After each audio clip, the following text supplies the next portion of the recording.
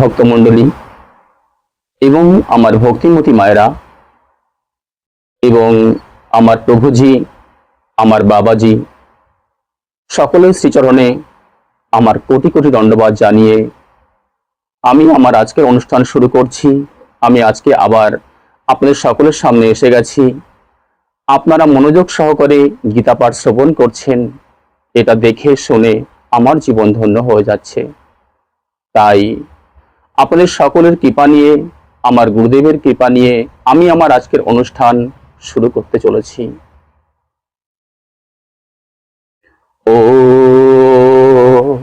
অজ্ঞান তিমিরান্ধস্য জ্ঞানাঞ্জনা শলাকায়া চক্ষুরুন্মিলিতং যেন তস্मै শ্রী গুরুবে নমঃ। জয় জয় শ্রীকৃষ্ণ চৈতন্য মনোহং ভীষ্টং স্থাপিতং যেন ভূতলে স্বয়ং রূপ কদা মহং দদাতি সপ্তদন্তিকম। অজ্ঞতার গভীরতম অন্ধকারে আমার জন্ম হয়েছিল। আমার গুরুদেব জ্ঞানের আলোক বার্তিকা দিয়ে আমার চক্ষু উন্নীত করেছেন, তাকে আমার সশ্রদ্ধা প্রণতি নিবেদন করি। এখন আমি আপনাদের একটু ভজন কীর্তন শোনাবো, তারপর গীতা পাঠ করব। জয় রাধা মাধব জয় কুঞ্জ বিহারী, জয় রাধা মাধব জয় কুঞ্জ বিহারী, জয় জয় গোপী জন বল্লভা জয় গিরিবরধারী, জয় রাধা মাধব জয় কুঞ্জ বিহারী, জয় জয় যশোদানন্দন ব্রজজন রঞ্জন, যশোদানন্দন ব্রজজন রঞ্জন, যমুনা তীর বনচারী, যমুনা তীর বনচারী, জয় কুঞ্জ বিহারী, জয় রাধা মাধব জয় কুঞ্জ বিহারী। হরে কৃষ্ণ কৃষ্ণ কৃষ্ণ হরে হরে, হরে রাম রাম রাম হরে হরে, হরে কৃষ্ণ কৃষ্ণ কৃষ্ণ হরে হরে, হরে রাম রাম রাম হরে হরে, হরে কৃষ্ণ কৃষ্ণ কৃষ্ণ হরে হরে, হরে রাম রাম রাম হরে হরে। আজকের কীর্তন এটুকুই। এবার আমি শিল প্রভুপাদজি, যিনি এই শ্রীমদ্ ভাগবত গীতা যথাযথ রচনা করেছেন, এর ভাষ্য রচনা করেছেন, তাকে আমার সশ্রদ্ধা প্রণতি নিবেদন করি। কারণ এই শিল প্রভুপাদজি তিনি হচ্ছেন জগৎগুরু।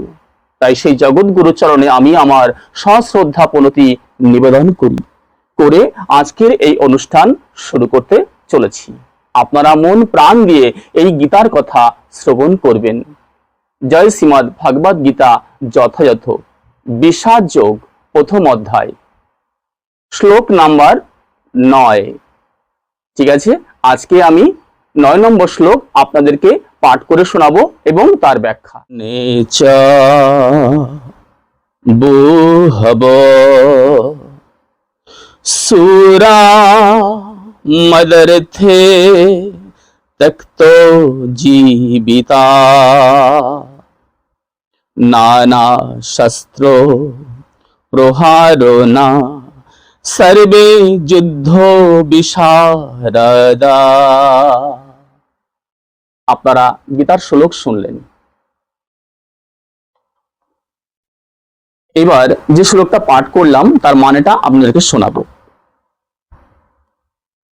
অন্নে অনেক, চ ও বুহব বহু, সুরা বীরগণ, মদার্থে আমার জন্য, তক্তা জীবিতা তাদের জীবন ত্যাগ করতে, প্রস্তুত নানা নানা নানা প্রকার, শস্ত্র অস্ত্র শস্ত্র, প্রহারণা সুসজ্জিত, সর্বে তারা, সকলে যুদ্ধ বিশারদ, সামরিক বিজ্ঞান অভিজ্ঞ।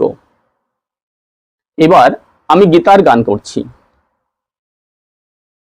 আর যে অনেক বীর আমারও লাগিয়া আসিয়াছে সব জীবন তেজিয়া, নানা শস্ত্র অস্ত্র পানি সব যুদ্ধে বিশারদা, এরা সব হয় মোর যুদ্ধের সংসদ। এবার প্রভুপাদজি যে অনুবাদটা করেছেন সেই অনুবাদ আমি শোনাবো। আরো বহু বীর রয়েছেন যারা আমার জন্য তাদের জীবন ত্যাগ করতে প্রস্তুত। তারা সকলেই নানা রকম অস্ত্র শস্ত্রে সুসজ্জিত এবং তারা সকলেই সামরিক বিজ্ঞানী অভিজ্ঞ। একথা কে বলছেন? অর্জুন ভগবানকে বলছেন যে তারা অনেক অভিজ্ঞ, তারা বিরাট যোদ্ধা, তারা সমস্ত অস্ত্র শস্ত্র নিয়ে সুসজ্জিত হয়ে এই মহাভারতে রণাঙ্গনে যুদ্ধ করতে এসেছেন। একথা অর্জুন ভগবানকে বলছেন। তারপরে তাৎপর্য আপনাদের শোনাচ্ছি, শুনুন তাৎপর্য কি বলছেন। অন্য আর যে সমস্ত বীরেরা দুর্যোধনের পক্ষে ছিল, যেমন জয়দ্রথ, কৃতব্রহ্মা, শল্য, এরা সকলেই দুর্যোধনের জন্য প্রাণ পর্যন্ত দিতে প্রস্তুত ছিল। পক্ষান্তরে এখানে স্পষ্টভাবে বুঝিয়ে দেওয়া হয়েছে যে পাপিষ্ঠ দুর্যোধনের পক্ষ অবলম্বন করার ফলে যুদ্ধক্ষেত্রে রণাঙ্গনে এদের সকলকেই মৃত্যু অবধারিতভাবে গ্রহণ করতে হবে। মানে এদের সকলেরই অবধারিতভাবে মৃত্যু হবে। দুর্যোধনের অবশ্য দৃঢ় বিশ্বাস ছিল যে উপরোক্ত মিত্রদের সম্মিলিত শক্তির ফলে তার জয় ছিল অনিবার্য। এটা হচ্ছে একটা স্বাভাবিক ব্যাপার। ধরুন যদি কারোর হাতে অনেক শক্তি থাকে তাহলে সে কি ভাববে যে আমি হচ্ছে সর্ব অবস্থাতে জয়ী, আমাকে কেউ হারাতে পারবে না, কারোর ক্ষমতা নেই। দুর্যোধন তিনি ছিলেন হস্তিনাপুরের যুবরাজ, তার পিতা ছিলেন অন্ধ ধৃতরাষ্ট্র, আর সেটা রক্ষা করার সম্পূর্ণ দায়িত্ব নিয়েছিলেন পিতামহ ভীষ্ম, যিনি সারা জীবন ব্রহ্মচারী ছিলেন, সংসার করেননি। তিনি কে ছিলেন? গঙ্গা পুত্র, গঙ্গা মাতার পুত্র। গঙ্গা মাতার তার উপরে বর ছিল যে তিনি যতদিন চাইবেন এই পৃথিবীতে থাকবেন, আর তার হাতে ধনুক যতক্ষণ থাকবে তাকে যুদ্ধে কেউ পরাস্ত করতে পারবে না। গঙ্গা মাতা তাকে বর দিয়েছিলেন। আর একটা কথা তিনি বলেছিলেন যে পুত্র, যদি কখনো তোর প্রাণ ত্যাগ করতে হয় তাহলে ভগবান শ্রীকৃষ্ণর সামনেই প্রাণ ত্যাগ করবি, আর কোথাও না। যখন দেখবি যে তোর এই পৃথিবীতে থাকার আর প্রয়োজন নেই, তখন তুই নিজের প্রাণকে ত্যাগ করবি, কিন্তু ভগবানের সামনে, আর কারোর সামনে না। আর সেটা করবি উত্তনয়নে। তাহলে এর মধ্যে আছে উত্তনয়ন এবং দক্ষিণায়ন। উত্তনয়নে প্রাণ ত্যাগ করলে কি হয়? ভগবানকে লাভ করা যায়। আর দক্ষিণায়নে প্রাণ ত্যাগ করলে কি হয়? নরকে যেতে হয়, যমরাজের কাছে যেতে হয়, সেখানে অনেক শাস্তি ভোগ করতে হয়। তাই পিতামহ ভীষ্ম সাংঘাতিক যুদ্ধ করেছিলেন। তার হাতে এত শক্তি ছিল যে তিনি মহাভারতের বহু সৈন্য তিনি সংহার করে ফেলেছিলেন। তিনি যখন তীর ধনুক থেকে তার বাণ ছাড়তেন, যেমন আজকাল আমরা টিভিতে দেখি না যে অনেক বোম টম পড়ছে, আগুন জ্বলছে, তো পিতামহ ভীষ্ম তার বাণে এরকম যেন একটা বিরাট বড় আকারে একটা বোম, অ্যাটম বোম বা টাইম বোম বা তার থেকে বেশ অনেক বড় কিছু, বিশাল কিছু ক্ষেপণাস্ত্র, এইরকম টাইপের তার তীর ধনুকের বাণের জোর ছিল, তার ক্ষমতা ছিল। তো তিনি যখন বহু সৈন্যকে সংহার করছিলেন এইভাবে পাণ্ডবদের, পঞ্চ পাণ্ডব অর্থাৎ ধর্মরাজ যুধিষ্ঠির মহারাজ, ভীম, অর্জুন, নকুল, সহদেব, এই যে পঞ্চ পাণ্ডব, তো এই পঞ্চ পাণ্ডব কেন?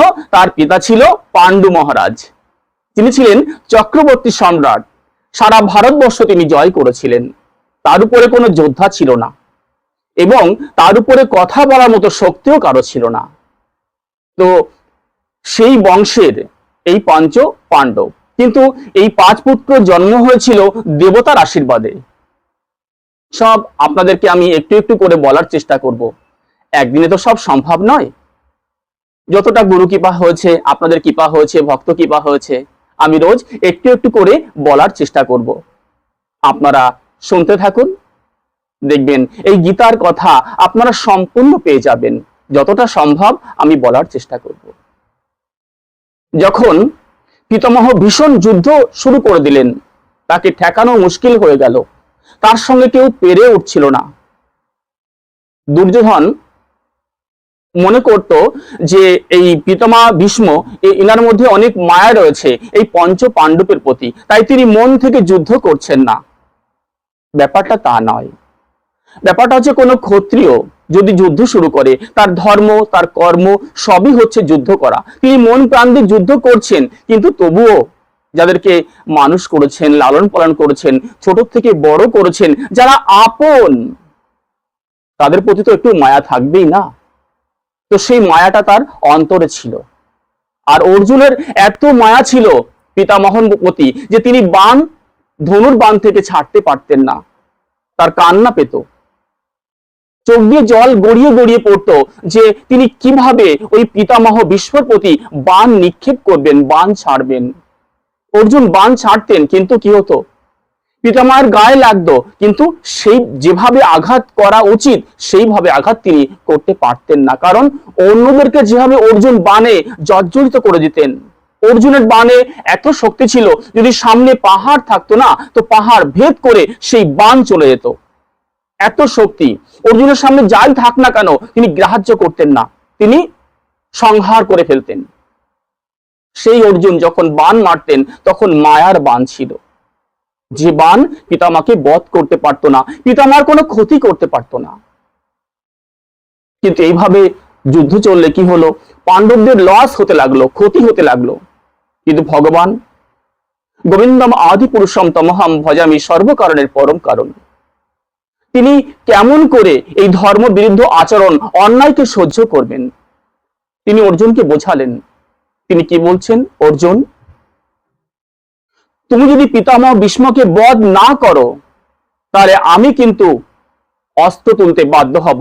আমি প্রতিজ্ঞা করেছিলাম যে এই যুদ্ধে আমি অস্ত্র ধরব না, কিন্তু তোমার এই বাণ যেভাবে পিতামাকে আঘাত করছে, এতে পিতামহ কখনো বধ হবে না, তিনি ধরাশায়ী হবেন না। তাহলে তুমি আমাকে বাধ্য করছো অর্জুন। তখন ভগবান অর্জুনকে বোঝানোর সত্ত্বেও অর্জুন পেরে উঠছিলেন না, কারণ তার ভিতরে ছিল ভীষণ মায়া। পিতামহ ভীষ্মর প্রতি এত মায়া ছিল যে তিনি ঠিকঠাক বাণ চালাতে পারছিলেন না, কিন্তু এতে পাণ্ডবদের প্রচন্ড ক্ষতি হচ্ছিল। তাই ভগবান কি করলেন, রথ থেকে নেমে গেলেন। রথ থেকে নেমে গিয়ে চক্র ধারণ করলেন। যখন তিনি চক্র ধারণ করলেন, অর্জুন কাঁদতে কাঁদতে গিয়ে ভগবান শ্রীকৃষ্ণের চরণকে জড়িয়ে ধরলেন, বললেন, কেশব, আমার প্রাণ সখা, আমি এবার মন প্রাণ দিয়ে যুদ্ধ করব, তুমি যা বলবে আমি তাই করব। তখন ভগবান বলছেন, অর্জুন তুমি সত্য বলছো? বলছে, হ্যাঁ প্রভু, আমি সত্যি বলছি। এবার এই ভাব দেখে, এই দৃশ্য দর্শন করে পিতামহ ভীষ্ম রথ থেকে ধনুর্বাণ ত্যাগ করে নেমে চলে এলেন। এসে তিনি কি বলছেন, অর্জুন, আমি একটু শান্তিতে মরতে চেয়েছিলাম, তুই আমাকে একটু শান্তিতে মরতেও দিলি না। আমি ভগবানের হাতে প্রাণ ত্যাগ করতে চেয়েছিলাম, তুই আমাকে সেই সুযোগটাও দিলি না। কেশব, এই কৃষ্ণ, যখন যখন তুমি প্রতিজ্ঞা করেছিলে যে এই মহাভারতে তুমি অস্ত্র ধরবে না, আর আমিও মনে মনে সংকল্প করেছিলাম, প্রতিজ্ঞা করেছিলাম যে তোমাকে এই যুদ্ধে আমি অস্ত্র ধরিয়ে ছাড়ব, কিন্তু সেটা আমার অহংকার ছিল, আমার ভুল ছিল। কিন্তু তুমি তো ভক্ত বৎসল ভগবান, তুমি তো গোবিন্দ, তুমি তো অন্তর্যামী, তুমি সবার অন্তরের কথা জানো, তুমি আমার কথা শুনেছিলে, তাই এই ভক্তের মান রাখতে তুমি অস্ত্র ধারণ করেছো, তুমি চক্র ধারণ করেছো, প্রভু আমাকে তুমি বধ করে দাও। তখন ভগবান পিতামহ ভীষ্মর কথা শুনে খুব খুশি হলেন, মৃদু মৃদু হাসতে লাগলেন, আর চক্রকে ত্যাগ করলেন। তারপর অর্জুন পুনরায় আবার রথে উঠলেন, তার দিব্য রথে, কিন্তু তাও তিনি ঠিকমতো যুদ্ধ করতে পারছিলেন না, মানে তার অস্ত্র ঠিকমতো চলছিল না। কিন্তু এখানে আরো অনেক কথা আছে, যা বলতে গেলে অনেকটা সময়ের ব্যাপার, ভিডিওটা অনেক লম্বা হয়ে যাবে, যতটা বলা সম্ভব আমি চেষ্টা করছি। তখন সেই দিনকের যুদ্ধ, যেমন তখন কি হতো, সূর্য অস্ত হলে যুদ্ধ শুরু হতো, আর সূর্য উদয় হলে যুদ্ধ শুরু হতো, আর সূর্য অস্ত গেলে যুদ্ধ থেমে যেত, মানে ওই দিনের জন্য যুদ্ধ সমাপ্ত। তো যখন পঞ্চ পাণ্ডব, তাদের শিবির ছিল, মানে তখন ওই তাঁবু টাঙিয়ে তারা শিবির করেছিল থাকার জন্য সেই কুরুক্ষেত্রের রণাঙ্গনে। তো সেখানে যখন সবাই তারা আলোচনা করছিল না, তখন পিতামহ ভীষ্ম সেখানে গেছিলেন, গিয়ে বললেন, অর্জুন তুমি তো পারছো না, তুমি এক কাজ করো, শিখণ্ডী বলে একজন আছে, এই শিখণ্ডীকে তুমি ঢাল বানিয়ে নাও, তোমার রথের সামনে করো, তাকে দেখলে আমি যুদ্ধ করতে পারবো না, সেই সময় তুমি আমাকে ধরাশায়ী করে দিও, আমাকে বধ করে দিও। আর আমার মা বলেছিলেন যে ভগবান শ্রীকৃষ্ণর সামনে প্রাণ ত্যাগ করতে। আমি তো ভেবেছিলাম যে ভগবান শ্রীকৃষ্ণই আমাকে বধ করে দেবে যখন তিনি চক্র ধারণ করেছিলেন। অর্জুন, তুমি এই সুযোগ থেকে আমাকে বঞ্চিত করো না, কালকের যুদ্ধে আমি যেটা বললাম অবশ্যই তুমি সেটা করবে। তখন পরের দিন আবার সকাল হলো, যুদ্ধ শুরু হলো। পিতামহ ভীষণ সংহার করছিল, তিনি প্রতিজ্ঞা করেছিল সেই দিনকে যে হয় পৃথিবী থেকে পাণ্ডবকে নিশ্চিহ্ন করে দেবেন, সমস্ত পাণ্ডবকে বধ করে দেবেন, আর না হয় নিজে বধ হয়ে যাবেন, নিজে মৃত্যু বরণ করবেন, এরকম প্রতিজ্ঞা করেছিলেন। তখন যুদ্ধ হতে লাগলো, হঠাৎ করে দেখা গেল অর্জুনের রথে শিখণ্ডী চলে এলো। এই শিখণ্ডী আগের জন্মে অম্বা ছিল, ইনি পিতামহ ভীষ্মকে বিবাহের প্রস্তাব দিয়েছিলেন, কিন্তু পিতামহ ভীষ্ম বিবাহ করেননি, কারণ উনি প্রতিজ্ঞা করেছিলেন যে উনি ব্রহ্মচারী থাকবেন, ব্রহ্মচর্য পালন করবেন। তাই সেই অম্বা দাপর যুগে শিখণ্ডী হয়ে এলো। তাই পিতামহ ভীষ্ম সেই শিখণ্ডীকে দেখে, কারণ তিনি প্রতিজ্ঞা করেছিলেন যে কোনো নারীর সঙ্গে যুদ্ধ করবেন না, তাই শিখণ্ডীকে দেখে পিতামহ ভীষ্ম আর ধনুর্বাণ চালালেন না, কিন্তু ধনুককে একটু নিচে নামিয়ে রাখলেন, হাতে ধরে রাখলেন, যাতে অর্জুনের সংকোচ না হয় যে আমি একটা নিঃশস্ত্র, মানে যার হাতে কোনো অস্ত্র নেই, তাকে আমি বধ করব বা তার সঙ্গে যুদ্ধ করব। তাই পিতামহ ইচ্ছা করে তার ধনুকটা তার হাতে ধরে রাখলেন, আর শিখণ্ডী বাণ ছুটতে লাগলো। কিন্তু শিখণ্ডীর বাণে কি পিতামহ ভীষ্ম বধ হয়? কোন রকম একটু আঘাত করতে লাগলো। তারপর ভগবান শ্রীকৃষ্ণ বলছে, অর্জুন এটাই সুযোগ, তুমি এখনই বাণ চালাও। তখন ভগবানের কথা শুনে অর্জুন বাণের পর বাণ চালাতে লাগলো। পিতামহর সমস্ত শরীরটা জর্জরিত হয়ে গেল বাণে। তারপরে কি হলো, একটা সময় আসলো, পিতামহ রথ থেকে পড়ে গেল, রথ থেকে পড়ে বাণের শয্যায় শুয়ে থাকলো। তখন সবাই কাঁদতে কাঁদতে, হাহাকার চিৎকার চেঁচামেচি করতে করতে পিতামহের কাছে চলে গেল। তখন পিতামহ বলছে, অর্জুন তুই তো আমাকে বাণের শয্যায় শুয়ে দিয়েছিস, আমাকে একটা বালিশ বানিয়ে দে। তখন অর্জুন নিজের ধনুক থেকে, মানে তীর অর্থাৎ বাণ দ্বারা পিতামহর বালিশ বানিয়ে দিয়েছিল। সেই শয্যায় পিতামহ শুয়ে থাকলো আর বলল, অর্জুন আমার একটা মনে আশা আছে, তুই সেটা পূর্ণ করবি না? অর্জুন বললেন, বলুন পিতামহ। বলছে, আমার মাতাকে আমি একটু দর্শন করতে চাই, আর আমি একটু গঙ্গা জল পান করতে চাই। যেদিন আমি পৃথিবীতে এসেছিলাম মাতা আমাকে জল পান করিয়েছিল। তুই এখন এই কুরুক্ষেত্রের রণাঙ্গনে আমাকে একটু গঙ্গা জল পান করা, আমার মাতার সঙ্গে একবার আমাকে দেখা করিয়ে দে। তখন অর্জুন তার ধনুক দ্বারা বাণ নিক্ষেপ করলেন, সেখানে গঙ্গার সৃষ্টি হলো। তারপর মাতা গঙ্গা সেখানে এলেন, পিতামহ ভীষ্মকে সেখানে জল পান করলেন, মানে জল পান করালেন, আর বললেন, পুত্র এই যে তোর সামনে দাঁড়িয়ে আছে, এই হলো ভগবান, তুই একে প্রণাম কর, আর একে দর্শন করে তুই মৃত্যু বরণ কর। আর যদি তুই মনে করিস যে এই সম্পূর্ণ যুদ্ধ তুই দর্শন করবি, তাহলে আমার জল তোকে সাহায্য করবে। এইখানে যে গরমের তাপ বা যা কিছু কষ্ট আছে, তোর শরীরে কোনো কষ্ট থাকবে না, তোর সমস্ত কষ্ট নিবারণ হয়ে যাবে। তোকে আমার এই শীতল জল সমস্ত, মানে এই শীতল জল সমস্ত কষ্ট থেকে রক্ষা করবে। আর ভগবান আশীর্বাদ করলেন কি, এই যে তীরের যে আঘাত হয়েছিল, তীরের শয্যায় অর্জুন শুয়েছিল, যাতে তার কষ্ট না হয়, যাতে সে মানে শান্তিতে সম্পূর্ণ যুদ্ধটাকে দর্শন করতে পারে। এভাবেই ভগবান তাকে আশীর্বাদ করেছিল। আর তখন পিতামহ ভীষ্ম দুর্যোধনকে ডেকে একটা কথা বলল, দুর্যোধন যদি সম্ভব হয় এই যুদ্ধটাকে এখানে থামিয়ে দে, আর করিস না, এই যুদ্ধটাকে আর এগিয়ে নিয়ে যাস না, কারণ সমস্ত কৌরব বংশ ধ্বংস হয়ে যাবে, এই যুদ্ধে জয়লাভ করতে পারবি না। কিন্তু দুর্যোধন সে তো অসুর, সে কখনো শুনবে? সে শুনলো না। আজকের পাঠ এই পর্যন্ত। এইখানে রহিল গ্রন্থ অমৃত লহরি, বদনে ভরিয়া বল হরি হরি, নিতাই গৌর সীতানাথ প্রেমানন্দে একবার হরি হরি বলো মন।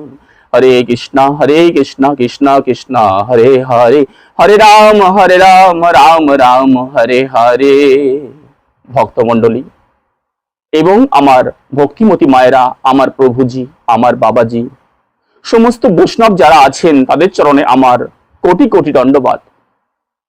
বঞ্চকল্পতরুভশ্চ কৃপা সিন্ধুব্বা এবচ পতিতানাং পাবনেভ্যো বৈষ্ণবেভ্যো নমো নমো। যদি এই গীতার কথা, ভগবানের কথা যদি আপনাদের ভালো লাগে, তাহলে একটা সাবস্ক্রাইব করবেন, একটা লাইক করবেন, একটা কমেন্ট করবেন, একটা শেয়ার করবেন। আপনারাই পারেন এই চ্যানেলটাকে এগিয়ে নিয়ে যেতে, আপনারাই পারেন আপনারাই পারেন এই গীতা পাঠকে সাহায্য করতে, যাতে আমি রোজ গীতা পাঠ করতে পারি। আপনারা আমাকে পুরোপুরি সাহায্য করতে পারেন। কৃপা করে আপনারা সকলে আমাকে সাহায্য করবেন, যাতে আমি এই ভগবানের কথা, গীতার কথা রোজ একটু একটু করে আপনাদেরকে বলতে পারি। হরে কৃষ্ণ কৃষ্ণ কৃষ্ণ হরে হরে, হরে রাম রাম রাম হরে হরে। হরে কৃষ্ণ।